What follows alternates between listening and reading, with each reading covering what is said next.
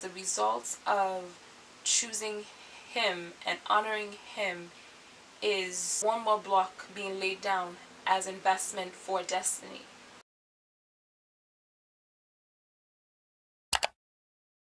Hey guys, welcome back. For those of you who are new, my name is Kalechi, and for those of you who are returning, thank you. Thank you for just supporting. It's so honoring to me to know that there are people who are coming back to listen to what I have to say. It's very encouraging, and it helps me to want to continue to do this, so I'm so thankful and very grateful. So grateful. So let's talk.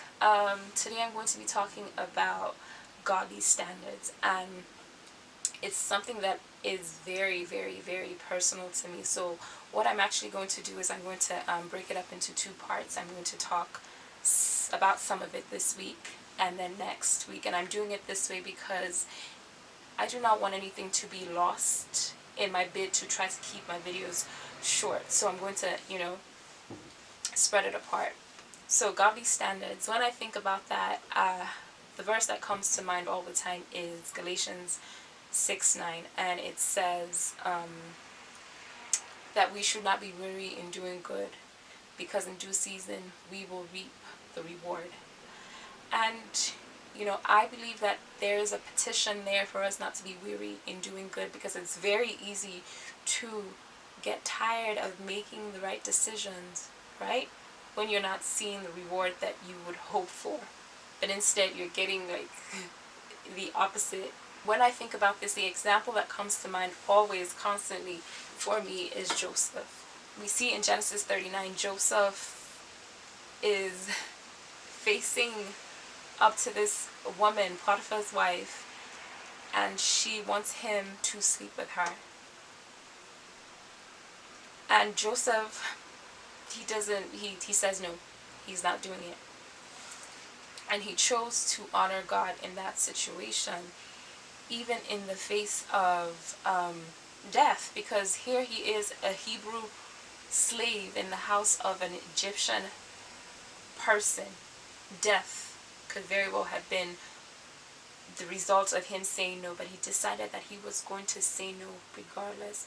Every time I read that story, I think Joseph could very well have said, yes, because he could have seen this as a come up for him. He could have seen this as an opportunity for Potiphar's wife to get him the connect.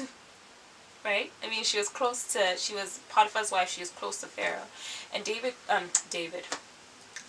Joseph could have seen this as his way to fulfill the promise that God had given him. He was supposed to rule, right? So he could have tried to get up to that elevated position by agreeing to sleep with this woman, but he decided that he was going to choose God's way, regardless of the consequences to him. And I can relate with this so well. With Joseph, I relate with Joseph so well. That is boo for me. Joseph is like my cousin in my head. But I know that I've gone to God a couple of times, just asking him, like, Lord, I try to make these decisions to honor you in different aspects of my life. Not perfectly, but intentionally. I make decisions to obey your will, to obey your word.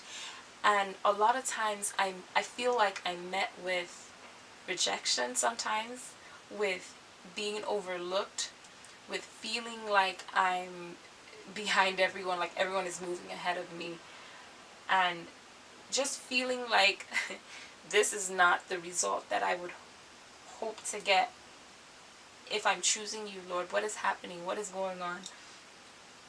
And the last time we had the conversation about that, he said to me, the results of obedience, the results of choosing him and honoring him is one more block being laid down as investment for destiny.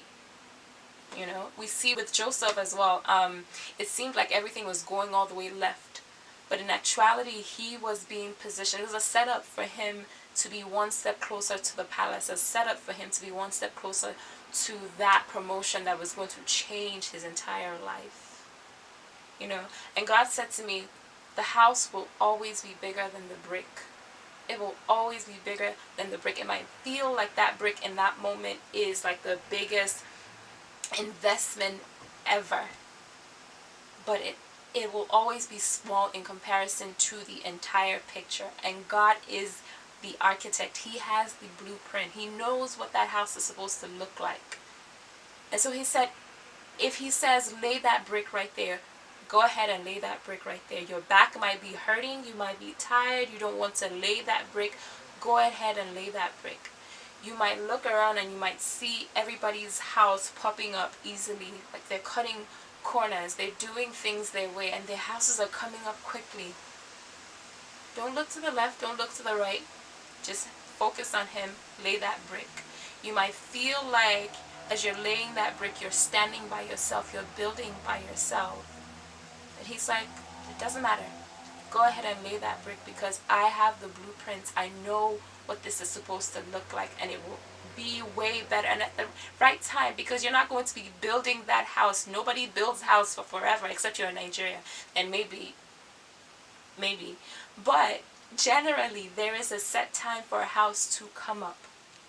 Right? And he's just like, at the set time, just like in that verse, at the due time, you will receive the reward. You will receive the harvest. At the set time, when he is done, you will see that every brick that was laid was an investment towards something bigger.